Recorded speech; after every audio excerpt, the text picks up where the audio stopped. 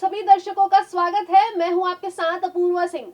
नमस्कार, मैं हूं शुभांगी ठाकुर। शुरुआत करते हैं आज की खास खबरों से। उत्तराखंड के एडीजी मनोज रावत ने कहा है कि ग्लेशियर टूटने से हुए नुकसान को हम अब कम करने का प्रयास कर रहे हैं। बहुत सारे लोग इसमें लापता हुए हैं। एनटीपीसी डैम में काम कर रहे लोग लापता हुए हैं और डैम को भारी नुकसान हुआ है। उत्तराखंड के डीजीपी अशोक कुमार ने कहा है कि अब तक हमने 18 शव बरामद किए हैं और लापता लोगों की संख्या 202 है। हमने टनल में 80 मीटर तक मलबा हटा दिया है। आगे हमारी मशीनें लगी हुई है और हमें शाम तक कुछ सफलता मिलने की उम्मीद है। चमोली जिले के तपोवन में टनल में राहत और बचाव कार्य अभी चल रहा है। आईटीबीपी के जवान बचाव कार्य में स्नीफर डॉग की मदद ले रहे हैं। उत्तराखंड त्रासदी पर आरजेडी नेता मनोज झा ने कहा है कि जिन परिवारों ने अपनों को खोया है, ईश्वर उन्हें शक्ति दे। यह आवश्यक है कि हम अपने विकास के मूल्यों और प्रतिमानों पर विचार करें। प्रकृति का शोषण आप कहां तक कर सकते हैं, उसकी एक सीमा होनी चाहिए। इस तरह की चीजें दोबारा न हो, उस पर विचार करना चाहिए।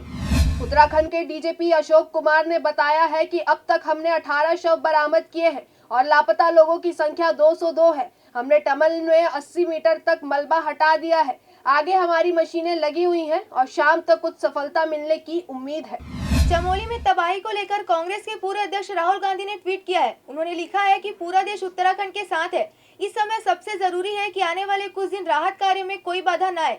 मैं पूरे दिल से प्रभावितों के साथ हूं और आपकी सुरक्षा की कामना करता हूं। चमोली की जिला अधिकारी स्वाति भदौरिया ने कहा है, पुल टूटने से जो 13 गांव अलग हो गए हैं, उनके लिए बचाव कार्य शुरू कर दिया गया है और उन्हें राहत सामग्री पहुंचाई जा रही है। हमारी मेडिकल टीमें भी पहुंच चुकी है। जो लोग अलग अलग पहाड़ों पर फंसे हुए हैं, उनके लिए भी बचाव कार्य चल रहा है। उत्तराखंड के मुख्यमंत्री त्रिवेंद्र सिंह रावत ने बताया कि तपोवन प्रोजेक्ट का काम चल रहा था। इससे बड़ी संख्या में श्रमिक काम कर रहे थे। अब तक 11 शव बरामद हुए हैं और 203 लोग लापता है। मैंने अपने मुख्य सचिव को बोला है कि यहाँ मौजूद इसरो के वैज्ञानिकों की मदद से ग्लेशियर टूटने के कारणों को ढूंढा जाए ताकि भविष्य में हम एहतियात बरत सके। आईटीबीपी देहरादून की सेक्टर हेडक्वार्टर की डीआईजी अर्पणा कुमार ने बताया है कि बड़ी टनल को 70 से 80 मीटर खोला गया है। जेसीबी से मलबा निकाल रहे हैं। यहां कल से 30 से 40 कर्मी फंसे हुए हैं। ITBP, Uttarakhand police, SDRF, NDRF और सेना यहां संयुक्त ऑपरेशन कर रही है। करीब 153 लोग लापता है। राज्यसभा के सभापति वेंकैया नायडू ने सदन में कहा है कि उत्तराखंड की आपदा पर मुख्यमंत्री त्रिवेंद्र सिंह रावत ने बात की है। वेंकैया नायडू ने कहा है कि अभी तक टनल में लोग फंसे हैं। आज उत्तराखंड की आपदा पर गृह मंत्री अमित शाह राज्यसभा में बोल सकते हैं। उत्तराखंड के डीजीपी अशोक कुमार ने बताया है कि ग्लेशियर टूटने से रैनी पावर प्रोजेक्ट पूरा बह गया है और तपोवन भी क्षतिग्रस्त हुआ है। पहले प्रोजेक्ट के 32 लोग लापता हैं और दूसरे प्रोजेक्ट से 121 लोग लापता हैं। इनमें से 10 शव बरामद हो चुके हैं। तपोवन प्रोजेक्ट में 2 टनलें थी। छोटी टनल से कल 12 लोगों को बचाया गया। बड़ी टनल को खोलने की कोशिश की जा रही है। टनल का मलबा बाहर निकाला जा रहा है। इस काम में सेना की टीम लगी हुई है। मुझे उम्मीद है कि टनल शाम तक खुल जाएगी। टीम इंडिया को 5वीं सफलता मिली है। जो रूट 40 रन बनाकर आउट हो गए हैं, उन्हें जसप्रीत बुमराह ने एलबीडब्ल्यू किया। बुमराह की दूसरी पारी में ये पहली सफलता है। इंग्लैंड का स्कोर 118-5 है। उसकी लीड 359 रनों की हो गई है। स्टार स्पिनर आर अश्विन ने इंडिया को चौथी सफलता दिलाई है। उन्होंने बेन स्टोक्स को पंत के हाथों आउट कराया। स्टोक्स ने 7 रन बनाए। अश्विन का ये तीसरा विकेट है। इंग्लैंड का स्कोर 72 पर 4 है। रूट 27 और पोप 1 रन बनाकर खेल रहे हैं। उसकी बढ़त 313 रनों की हो गई है। इंग्लैंड को तीसरा झटका लगा है। डैन लॉरिस 18 रन बनाकर आउट हो गए। वो ईशांत शर्मा के शिकार बने हैं। टेस्ट क्रिकेट में ईशांत का ये 300वां विकेट है। उन्होंने 98 टेस्ट मैच में कारनामा किया है। 300 या उससे ज्यादा विकेट लेने वाले वो भारत के तीसरे तेज गेंदबाज हैं। पहले नंबर पर दिग्गज कपिल देव हैं। उनके नाम 434 विकेट हैं। दूसरे नंबर पर जहीर खान है, जिन्होंने अपने टेस्ट करियर में 311 विकेट लिए। एक्टर सैफ अली खान अपने काम के प्रति काफी डेडिकेटेड है। इसी के साथ वो फैमिली मैन भी है। वो पर्सनल और प्रोफेशनल दोनों लाइफ में बैलेंस बनाकर रखते हैं। अब वो जल्द ही चौथे बच्चे के पापा बनने वाले हैं। उनकी पत्नी करीना कपूर खान प्रेग्नेंट है। इसी बीच सैफ ने पैटर्निटी लीव की महत्वता के बारे में बात की। बता दें कि जब सारा खान पैदा हुई थी, तब भी सैफ अली खान ने पैटर्निटी लीव ली थी। एक इंटरव्यू में सैफ ने कहा कि जब घर पर न्यू बॉर्न बेबी हो तो काम करना कौन चाहेगा। अगर आप अपने बच्चों को बढ़ते हुए नहीं देख रहे हैं तो आप गलती कर रहे हैं। मैं काम से समय निकाल सकता हूँ। ये एक प्रिविलेज पोजीशन है। 9 से 5 की रूटीन फॉलो करने के बजाय मैं एक एक्टर की तरह जीता हूँ। हर चीज के लिए अपना धर्म और अप्रोच अपना करियर पर आधारित है।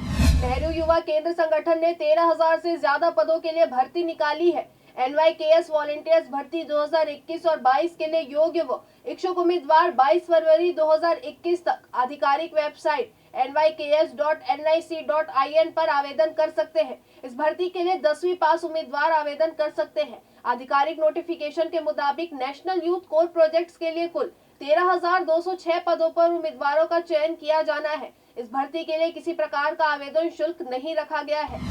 गृह एवं लोक निर्माण मंत्री और बिलासपुर जिले के प्रभारी मंत्री ताम्रध्वज साहू आज सुबह 9 बजे रायपुर से कार से प्रस्थान किए और 10 बजे बलौदाबाजार जिले के सिमगा में निजी मल्टी स्पेशलिस्ट हॉस्पिटल का लोकार्पण करने के बाद बिलासपुर के लिए प्रस्थान किए। मंत्री ताम्रध्वज साहू दोपहर 12 बजे कलेक्ट्रेट सभा कक्ष में जिला स्तरीय अधिकारियों की समीक्षा बैठक लिए। मंत्री साहू ने दिन के 3:30 बजे बिलासपुर से कार से प्रस्थान कर राजधानी रायपुर वापस लौटे। शहर के पचपेड़ी में 9 वर्षीय प्रियांशु के अपहरण के मामले में बड़ा खुलासा हुआ है।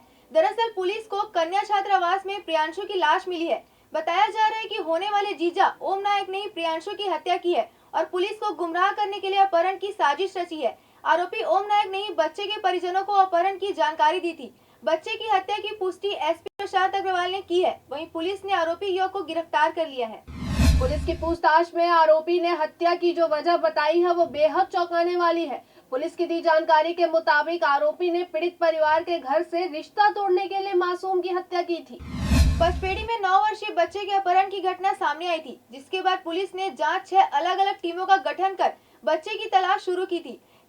कुछ ही घंटों बाद पुलिस ने बच्चे का शव बरामद कर लिया था। बता दें कि मृतक बच्चे की बड़ी बहन की शादी की बात चल रही थी। इसी सिलसिले में लड़के वाले लड़की को देखने वाले आने वाले थे। परिवार के सभी सदस्य उसकी तैयारी में लगे हुए थे। इस दौरान 9 वर्षीय प्रियांशु घर के पास ही तालाब की तरफ खेलने गया हुआ था। बताया जा रहा है कि इसी दौरान बाइक पर सवार 2 नकाबपोश बदमाश बच्चे को लेकर फरार हो गए। काफी देर बाद जब बच्चा नहीं लौटा तो परिवार वालों ने उसकी तलाश शुरू कर दी। जबलपुर जिले में सोमवार को राशन दुकानें नहीं खुली। जिले में संचालित 995 दुकानों के संचालक हड़ताल पर है। इस वजह से राशन दुकानों पर ताला लगा हुआ है। काटे गए राशन का आवंटन और कमीशन का भुगतान न होने की वजह से दुकान संचालक हड़ताल पर गए हैं। दुकान संचालक सर्वर की परेशानी दूर करने की भी मांग कर रहे हैं। अमेरिकी कांग्रेस में प्रभावशाली इंडिया कॉकस ने भारत की सरकार से यह सुनिश्चित करने का आग्रह किया है कि लोकतंत्र के नियम कायम रहें तथा प्रदर्शनकारियों को इंटरनेट सुविधा एवं शांतिपूर्ण प्रदर्शन की अनुमति दी जाए। यहाँ भारतीय राजदूत के साथ बैठक में कॉकस की ओर से यह बात कही गई। अमेरिका में भारत के राजदूत तरनजीत सिंह संधू विभिन्न मुद्दों पर इंडिया कॉकस के सदस्यों के साथ नियमित संवाद करते रहे। पिछले हफ्ते उनकी कांग्रेसनियल इंडियन कॉकस के शीर्ष नेतृत्व के साथ ऑनलाइन बैठक हुई। इंडिया कॉकस के 2 सह अध्यक्ष हैं कांग्रेस सदस्य ब्रेट शेरमन और स्टीव कैपेट। भारवंशी कांग्रेसी सदस्य रॉक खन्ना कॉकस के उपाध्यक्ष हैं। कैबिनेट मंत्री टीएस सिंहदेव ने पेट्रोल डीजल के बढ़ते दामों के लिए केंद्र पर निशाना साधा है। मंत्री सिंहदेव ने कहा है कि पेट्रोल डीजल के बढ़ते दामों के लिए केंद्र जिम्मेदार है। सरकार को पेट्रोल डीजल पर वैट कम करना चाहिए। मंत्री सिंहदेव ने कहा कि राज्य अपने कर के हिस्से को कम करने की स्थिति में नहीं है। केंद्र सरकार से वैट के लगभग 13,000 करोड़ रुपए राज्य को लेने हैं। तारक मेहता का उल्टा चश्मा में बबीता जी का किरदार निभाने वाली actress Munmun Dutta social media पर काफी एक्टिव रहती हैं। वो अक्सर अपने फोटो और वीडियो फैंस के साथ शेयर करती नजर आ जाती है। हाल ही में एक्ट्रेस ने अपने इंस्टाग्राम अकाउंट से एक वीडियो फैंस के साथ शेयर किया है। इस वीडियो में मुनमुन दत्ता पिंक कलर के आउटफिट में बेहद ग्लैमरस लग रही है। साथ ही इस वीडियो में मुनमुन दत्ता पंजाबी सॉन्ग पटोला गाने पर खूबसूरत एक्सप्रेशन देते हुए नजर आ रही है। केंद्र सरकार के खिलाफ नए 3 कृषि कानूनों को लेकर दिल्ली में बीते 75 दिनों से किसानों का आंदोलन जारी है। इसी बीच विदेशी हस्तियां ने किसानों के प्रदर्शन को समर्थन करते हुए ट्वीट करने के बाद यह आंदोलन अंतर्राष्ट्रीय स्तर पर पहुंच गया है। मीडिया रिपोर्ट्स के मुताबिक महाराष्ट्र सरकार को हाल ही में रिहाना के ट्वीट के जवाब में बॉलीवुड और क्रिकेट की कई हस्तियों के ट्वीट की शिकायतें मिली है, जिसके बाद मुंबई पुलिस किसान आंदोलन पर एक्टर्स क्रिकेटर्स के ट्वीट की जांच करेगी। मिली जानकारी के मुताबिक कांग्रेस नेताओं ने किसान आंदोलन पर रिहाना के ट्वीट के जवाब में पूर्व क्रिकेटर सचिन तेंदुलकर, फिल्म अभिनेता अक्षय कुमार और लता समेत कई हस्तियों के ट्वीट की शिकायत मिली। शिकायत में कहा गया है कि उन ट्वीट्स में कुछ शब्द ऐसे हैं जो शक पैदा करते हैं। कांग्रेस नेताओं ने किसान आंदोलन पर रिहाना के ट्वीट के जवाब में महाराष्ट्र सरकार को शिकायत की है। मुख्यमंत्री उद्धव ठाकरे की आलोचना एक भाजपा के नेता को काफी महंगी पड़ गई। शिवसेना के कार्यकर्ताओं ने उन्हें काली स्याही से नहला दिया, चेहरे पर कालिक पोत दी और साड़ी पहनाकर सरेआम बेइज्जत किया। मामले में 17 कार्यकर्ताओं के खिलाफ FIR दर्ज कर लिया गया है और इन 17 लोगों को पुलिस ने गिरफ्तार भी कर लिया है। घटना महाराष्ट्र के शोलापुर जिले की है। यहाँ एक भाजपा कार्यकर्ताओं को शिवसेना के कार्यकर्ता पकड़कर एक और ले गए और काली स्याही से भरी बोतलें उनके ऊपर उड़ेल दी। इसके बाद कुछ कार्यकर्ताओं ने उनके मुंह पर काली स्याही पोत दी। फिर उन्हें कुछ लोग साड़ी पहनाने की कोशिश करते हुए देखे गए। एक पुलिसकर्मी उन्हें रोकने की कोशिश करते हुए देखा गया। पूरी घटना वीडियो में कैद हुई। भाजपा कार्यकर्ता ने उद्धव ठाकरे के बारे में क्या कहा था ये तो पता नहीं चल पाया, लेकिन बताया जा रहा है कि उन्होंने मुख्यमंत्री की आलोचना की थी। ध्यान देने वाली बात यह है कि महाराष्ट्र में शिवसेना, कांग्रेस और राष्ट्रवादी कांग्रेस की गठबंधन वाली महाविकास और अघाड़ी सरकार है। बिहार के सबसे बड़े अस्पताल पीएमसीएच यानी पटना मेडिकल कॉलेज अस्पताल में आज नए भवन का शिलान्यास किया गया। इस मौके पर सीएम नीतीश कुमार पहुंचे, जिन्होंने पीएमसीएच में बनने वाले 5462 बेड के अस्पताल का शिलान्यास और भूमि पूजन किया। सीएम ने अपने पुराने दिनों को याद करते हुए बताया कि इस अस्पताल में वो अपने कॉलेज के दिनों में आते जाते थे। अपने संबोधन में उन्होंने कहा कि हम पटना कॉलेज से पढ़े, मैंने इंजीनियरिंग कॉलेज में एडमिशन लिया, लेकिन मेरे मित्र मेडिकल में भी थे। यहाँ आना जाना था तो पटना मेडिकल कॉलेज से ये पुराना रिश्ता है। नीतीश ने कहा, मुझे खुशी है जब मेरे मित्र मंडल पांडे यहाँ स्वास्थ्य मंत्री बने तो सारी चीजों का आकलन करके हमने इसकी प्लानिंग की। जब हमने प्लानिंग की तब 5000 बेड के अस्पताल के बारे में हमें नहीं पता था। ये तो अभी 10,000 बेड का भी है। इसे 3 फेज में बनाना है जिससे कोई स्वास्थ्य सेवा प्रभावित नहीं होगी। यहाँ डॉक्टरों के रहने, मेडिकल स्टाफ के रहने और छात्र छात्राओं के रहने का इंतजाम किया जा रहा है। इस गंगा पुल और एलिवेटेड सड़कों से जोड़ा जा रहा है। अगर मेडिकल इमरजेंसी हुई तो हेलीकॉप्टर भी लाए जाएंगे। सीएम नीतीश कुमार ने कहा, मैं तो अनुरोध करूंगा इसे 7 साल नहीं 5 साल में पूरा करें। सरकार इससे पूरी मदद करेगी। वैसे ही हम लेट हो गए हैं। उन्होंने कहा कि अन्य जिलों के अस्पतालों के भी विकास को मंजूरी दे दिया है ताकि स्वास्थ्य सेवाओं के लिए किसी को बाहर जाना न पड़े। स्वास्थ्य के क्षेत्र में हर तरह का इलाज होगा, उनका इलाज कराने का इंतजाम किया जाएगा। इसके लिए लोगों को नियुक्त किया जाना है तो किया जाएगा। सभी लोग मिलकर एक कमेटी बनाए और मॉनिटरिंग करते रहे। अन्य एक्सपर्ट की जरूरत पड़े तो वो भी उपलब्ध कराएंगे। किसानों के आंदोलन को लेकर सीएम ने मीडिया से बातचीत की, जिसमें उन्होंने कहा कि किसानों की समस्याओं का निदान निकाला जा सकता है, बातचीत से हल निकलेगा। मुझे पूरा भरोसा है कि किसानों की समस्या का निदान बातचीत से होगा। उन्होंने कहा कि किसान आंदोलन बिहार का मुद्दा नहीं है। हम लोगों ने 2006 में बाजार समिति को खत्म कर दिया। सूर सरोवर पक्षी विहार स्थित संरक्षण गृह में सभी भालू ठाठ से रहते हैं। करीब 25 एकड़ से ज्यादा जगह में फैले संरक्षण केंद्र में 130 से ज्यादा भालू खुली हवा में सांस ले रहे हैं। सर्दियों में इन भालुओं के लिए जो इंतजाम किए गए हैं उसे देखकर इंसान भी सोचने पर मजबूर हो जाएंगे कि हमसे अच्छे तो बेजुबान ही है। साथ ही सुबह शाम दिया जा रहा दलिया और दिन में मौसमी फल इन भालुओं को वीवीआईपी फील करा रहा है। भालुओं को सर्दियों में ठंडे फर्श से बचाने के लिए पराली बिछाई जाती है। सर्दी से बचाव के लिए बिछाई गई पराली उनके लिए किसी ब्रांडेड गद्दे से कम नहीं है। भालू संरक्षण केंद्र को संचालित करने वाली संस्था वाइल्ड लाइफ एसओएस इनके खान-पान का विशेष ध्यान रखती है। सुबह भालुओं को दलिया, अंडे, शहद, दूध और खजूर मिक्स कर खिलाए जाते हैं। वहीं दिन में मौसमी फलों का सेवन कराया जाता है। इसके साथ ही हर एक भालू का अलग अलग हेल्थ रिकॉर्ड मेंटेन किया जाता है। साथ ही इस बात का भी विशेष ख्याल रखा जाता है कि किस भालू का क्या मिजाज है। सर्दियों में रोज नाम की मादा भालू सीजनल फ्रूट खाना बंद कर देती है। फिर चाहे जूली हो या छोटू, कीर्ति हो या मोगली या फिर गंभीर और एल्विस, हर एक भालू की पसंद और नापसंद का विशेष ख्याल रखा जाता है। वाइल्ड लाइफ एसओएस की डिप्टी डायरेक्टर वेटरनरी सर्विसेज इतना राजा के मुताबिक न केवल भालुओं के उठने बैठने बल्कि खाने पीने का विशेष ध्यान रखा जाता है, वह उनकी सेहत पर भी विशेष ध्यान दिया जाता है। उन्नत किस्म के उपचार के लिए सेंटर में एक अस्पताल भी है। इस अस्पताल में 5 डॉक्टर हमेशा ड्यूटी पर रहते हैं। इसके साथ ही पूरे केंद्र में 70 के करीब स्टाफ है जो दिन रात भालुओं की सेवा में लगे रहते हैं। इंडिया राजा आगे कहती है कि मौसम के हिसाब से भालुओं के स्वभाव में बदलाव भी देखा जाता है, इसलिए अलग अलग भालुओं से अलग तरीके से बर्ताव किया जाता है। बता दें कि वाइल्ड लाइफ एसओएस ने साल 1995 से देश भर में भालुओं के संरक्षण और संवर्धन का काम शुरू किया था। साल 2002 तक लगातार जागरूकता फैलाने के बाद पहला भालू रेस्क्यू किया गया था। साल 2009 तक 628 से ज्यादा भालुओं को रेस्क्यू किया गया। उत्तर प्रदेश सरकार अब जमीन खरीदारों के साथ होने वाली धोखेबाजी को बचाने के लिए 16 अंकों का यूनिक कोड जारी करेगी। इससे जमीनों पर होने वाला फर्जीवाड़ा रुकेगा। राज्य सरकार का राजस्व विभाग कृषि, आवासीय और व्यवसायिक भूमि को चिन्हित कर यूनिक नंबर जारी कर रहा है, जिससे कोई भी व्यक्ति अब घर बैठे एक क्लिक से जमीन का पूरा ब्यौरा जान सकेगा। जम्मू कश्मीर के कठुआ जिले के सांबा सेक्टर में अंतर्राष्ट्रीय सीमा के निकट सीमा सुरक्षा बल ने सोमवार को सीमावर्ती गांव चक फकीरा में एक घुसपैठियों को मार गिराया। बीएसएफ के प्रवक्ता कृष्णा राव ने बताया कि सोमवार सुबह 9:45 पर भारतीय जवानों ने घुसपैठियों को अंतर्राष्ट्रीय सीमा पार करते देखा। जवानों की ओर से उसे रोकने को लेकर कई बार चेतावनी दी गई, लेकिन वो आगे बढ़ता रहा। ऐसे में जवानों की ओर से की गई फायरिंग में उसकी मौत हो गई। बीएसएफ के जवानों ने शव को कब्जे में ले लिया और उस इलाकों में तलाशी अभियान चलाया जा रहा है। मुझसे जरा ठीक से बिहेव किया करो वरना मैं तुम्हें ठीक कर दूंगा, ये कहना था छत्तीसगढ़ में बीजेपी के पूर्व मंत्री और कदावर नेता अजय चंद्राकर का, वो भी केंद्रीय मंत्री हरदीप सिंह पुरी की बैठक में, जहां पूर्व मुख्यमंत्री रमन सिंह भी मौजूद थे।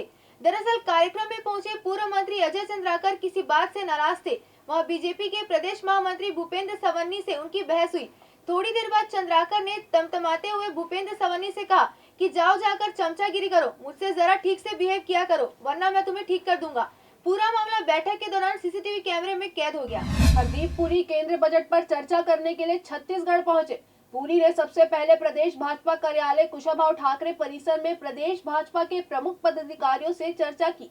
इस दौरान उन्होंने बजट में छत्तीसगढ़ को क्या दिया, इसके बारे में विस्तार से बताया। कुछ लोगों का कहना है कि खुद पार्टी से आला नेताओं ने मामला शांत कराया, लेकिन कुछ देर बाद अजय चंद्राकर नाराज होकर बैठक से निकल गए। बॉलीवुड के जाने माने कोरियोग्राफर और डायरेक्टर रेमो डिसूजा अक्सर चर्चा में रहते हैं। बीते साल उनकी तबीयत खराब होने के बाद उन्हें अस्पताल में भर्ती कराया गया था। हालांकि रेमो अब ठीक है। रेमो डिसूजा ने हाल ही में अपने करियर से जुड़ी एक बात शेयर की है। हाल ही में उन्होंने खुलासा किया है कि उन्हें काफी छोटी उम्र में रेसिज्म का शिकार होना पड़ा था। लोग उनके डार्क कलर को लेकर उन पर गलत कमेंट किया करते थे। पहले तो वो इसे इग्नोर करते थे, लेकिन बाद में उन्होंने अपने लिए स्टैंड लेना शुरू किया। सरकारी तेल कंपनियों ने आम लोगों को एक बार फिर झटका दिया है। इंडियन ऑयल कॉर्पोरेशन लिमिटेड की वेबसाइट के मुताबिक 4 फरवरी को 14.2 किलोग्राम वाले गैर सब्सिडी एलपीजी सिलेंडर पर 25 रुपए की बढ़ोतरी की गई है। दिल्ली और मुंबई में अब यह एलपीजी सिलेंडर 694 रुपए से बढ़कर 719 रुपए में मिल रहे हैं। इसके अलावा कोलकाता में अब यह सिलेंडर 720.50 रुपए से बढ़कर 745.50 रुपए में मिल रहे हैं। बता दें कि दिसंबर 15, 2020 को भी एलपीजी गैस की कीमत में 50 रुपए का इजाफा हुआ था। इससे पहले तेल कंपनियों ने 1 फरवरी को कमर्शियल एलपीजी सिलेंडर के दाम 190 रुपए प्रति सिलेंडर बढ़ा दिए थे। जिस दिन कमर्शियल सिलेंडर के दाम बढ़ाए गए थे, उस दिन घरेलू सिलेंडरों के दाम में कोई छेड़छाड़ नहीं की गई थी। साल 2021 के पहले दिन यानी 1 जनवरी को भी गैस की नई रेट फिक्स की गई थी। इसके तहत दिल्ली में 14.2 किलो का गैस सिलेंडर 694 रुपए, कोलकाता में 720.50 रुपए, मुंबई में 694 रुपए और चेन्नई में 710 रुपए हो गई थी। गैस सिलेंडर की बढ़ते दामों की वजह से लोगों पर महंगाई का भारी असर देखने को मिल रहा है। बता दें कि इससे पहले 15 दिसंबर 2020 को भी 14.2 किलो की गैस सिलेंडर की कीमतों में इजाफा किया गया था। उत्तर प्रदेश में बिजली की स्थिति संतोषजनक है, लेकिन उपभोक्ता बिजली के गलत बिलों से परेशान है। उपभोक्ताओं को गलत बिल थमाए गए। गलत बिलों को सही कराने के लिए उन्हें कई दिक्कतों का सामना करना पड़ा। साथ ही इसे सरकार को भी राजस्व का नुकसान हुआ। ऊर्जा मंत्री के आक्रामक तेवरों के बाद अधिकारी बदले गए। अब उम्मीद की जा रही है कि उपभोक्ताओं की परेशानी का भी समाधान होगा। आपने बड़े बड़े दावे सुने होंगे, पढ़े भी होंगे। उत्तर प्रदेश कैसे उत्तम प्रदेश बन रहा है, बदलाव के नए प्रतिमान गढ़ रहा है, कैसे कानून व्यवस्था सख्त है, विकास की रफ्तार टकाटक है और सड़कें चकाचक है, पूरा प्रदेश चमक रहा है, 24 घंटे बिजली आपूर्ति से दमक रहा है, आदि आदि। दावों की पड़ताल करने पर कुछ सही होंगे, कुछ गलत होंगे, ये ठीक है। मगर राज की बात करें तो आज बात रोशनी की, पावर की यानी बिजली की हो रही है। बिजली के हालात सुधरे हैं, ज्यादा आ रही है, ये दावा ठीक है। लेकिन उपभोक्ताओं को बिजली के बिलों की वजह से परेशान होना पड़ रहा है, वह सबसे बड़ा सच है उत्तर प्रदेश का। खास बात है कि बिजली आपूर्ति को लेकर सवाल ज्यादा नहीं है। उपवादों को अगर छोड़ दे तो बिजली कमोबेश यूपी में ठीक या संतोषजनक है। इसके बावजूद तो उपभोक्ता परेशान है, कुछ बड़ी बिजली दरों से तो ज्यादातर बिजली के गलत बिलों से। आज राज की बात में इन गलत बिलों के गुनहगारों पर, उनके पुनःगारों पर होगी बात। कैसे सरकार से सख्त तेवरों और स्पष्ट निर्देशों के बावजूद उपभोक्ताओं को गलत बिलों को दुरुस्त कराने में जूझना पड़ा। साथ ही सरकार को इन गलत बिलों की वजह से राजस्व का भी नुकसान हुआ।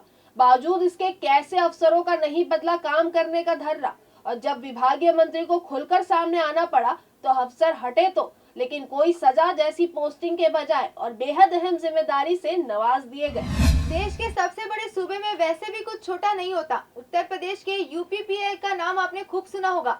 UPPCL Uttar Pradesh power corporation limited पूरा नाम। ये नाम आपने पीएफ घोटाले को लेकर या बिजली के बिलों में कमियों और अन्य विवादों की वजह से ज्यादा सुना होगा। बनिस्पत बिजली आपूर्ति वाली संस्था के रूप में पीएफ घोटाले में एपी मिश्रा अंदर है, लेकिन उस समय जो ऊर्जा में प्रमुख सचिव और यूपीपीसीएल के चेयरमैन आलोक कुमार थे, उन्हें अब केंद्र में ऊर्जा सचिव बना दिया गया है। मतलब गलत बिलों से जनता हैरान हुई, उसका शोषण हुआ, बिजली के बिलों को सही कराने के नाम पर चक्कर काटने पड़े, कुछ को दलालों का सहारा लेकर पैसा देना पड़ा, तब बिल सही हो पाया। जनता तो परेशान हुई और गलत बिलों का भुगतान लोग नहीं कर सके, इसलिए विभाग का भी नुकसान हुआ। अब सबसे बड़ा सवाल ये है कि ऊर्जा मंत्री के बार मोर्चा लेने के बाद तो चेयरमैन हटाए गए, मगर सवाल यही है कि यूपीसीएल की कार्यप्रणाली क्या अब सुधरेगी? निगम होने की वजह से वह स्वायत्त अंग है। बिजली बिलों की गड़बड़ी से लगातार प्रदेश सरकार की किरकिरी होती रही है और उपभोक्ताओं को खासी परेशानी उठानी पड़ रही है। खुद ऊर्जा मंत्री श्रीकांत शर्मा ने यूपीपीसीएल की कार्यप्रणाली से आज ही जाकर पहले अपने स्तर पर सख्ती की। चूंकि यूपीपीसीएल स्वायत्त संस्था है और इसका चेयरमैन ही ऊर्जा सचिव भी होता है, ऐसे में सरकार या निगम दोनों की जिम्मेदारी एक व्यक्ति के पास होने की वजह से मंत्री भी सीधे कार्रवाई नहीं कर सके। तब श्रीकांत शर्मा ने खुद डाउनलोडेबल बिजली बिल का लक्ष्य न पूरा होने पर मोर्चा खोला, खुद कई जगह छापे मारे। सीएम योगी आदित्यनाथ ने व्यक्तिगत स्तर पर मामला उठाया, यहाँ तक कि यूपीपीसीएल चेयरमैन की कार्यप्रणाली पर सवाल उठाते हुए ट्वीट पर पूरे मसले पर लिखा भी। स्पीड न्यूज में आज के लिए बस इतना ही। अब हम आपसे लेंगे इजाजत। आगे के अपडेट्स के लिए बने रहिए हमारे चैनल के साथ द न्यूज।